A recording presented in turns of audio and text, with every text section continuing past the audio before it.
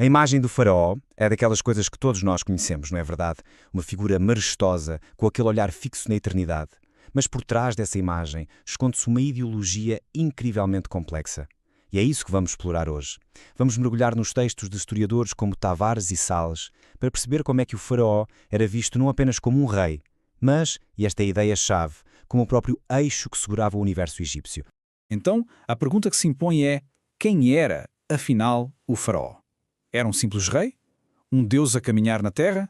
Um general implacável? A verdade, como vamos ver, é que ele era tudo isto e muito mais. Era uma fusão de papéis que se tornou, literalmente, a pedra basilar de toda uma civilização.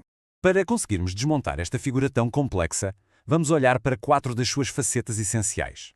Primeiro, o seu papel como guardião da ordem do universo.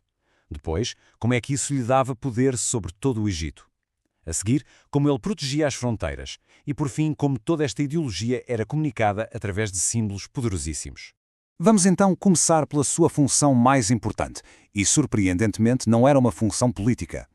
Era cósmica. O faraó era o principal responsável por manter o equilíbrio de todo o universo.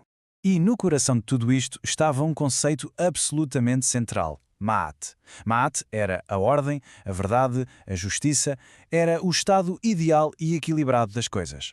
A grande missão do faraó era, portanto, garantir que Ma'at vencesse sempre o seu oposto, o caos. Esta citação resume na perfeição a posição dele. O faraó não era um mero representante dos deuses, não. Ele era visto como uma divindade aqui na Terra, a encarnação do deus Horus. E era precisamente esta condição divina que lhe dava a autoridade para ser a ponte entre o nosso mundo e o mundo dos deuses. E esta ponte não era nada abstrata.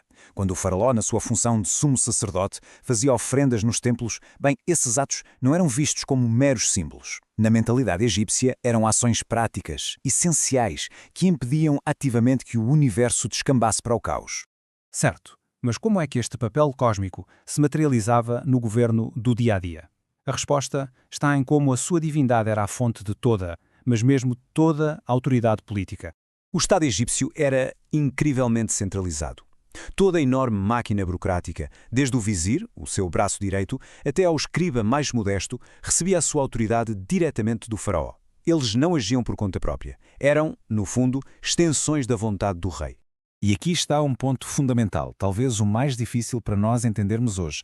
Para os egípcios, a ideia de separar política e religião era impensável. Governar, cobrar impostos, garantir que as colheitas eram boas, tudo isto fazia parte da missão sagrada de manter Ma'at. A própria administração do Estado era um ato religioso.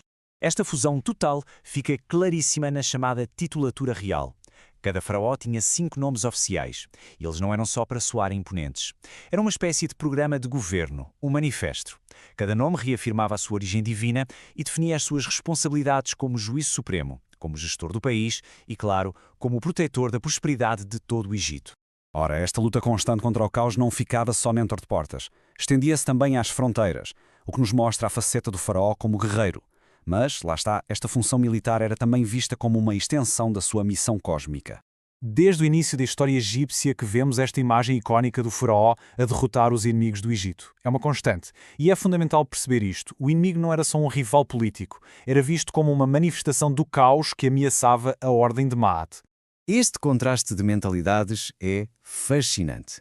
Enquanto nós, hoje em dia, vemos a guerra em termos estratégicos e económicos, para os egípcios era uma necessidade cósmica.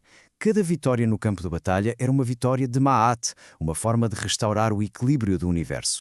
Ok, mas como é que uma ideologia tão abrangente foi comunicada e mantida viva durante milénios? A resposta está numa linguagem visual incrivelmente sofisticada que estava em todo o lado, nos símbolos, na arte, na arquitetura. Aqui, absolutamente nada era ao acaso. A coroa dupla simbolizava o seu domínio sobre um país unido. O cajado e o mangual representavam o seu papel de pastor, que guia, mas também de juiz, que disciplina. As estátuas, com aquela postura rígida, não é falta de talento, é uma mensagem. O poder real é eterno e imutável. E claro, os templos gigantescos, como os de Ramsés II, eram mensagens em pedra, a ligar o seu reinado na Terra diretamente à eternidade. E assim, quando juntamos todas as peças, a imagem completa aparece.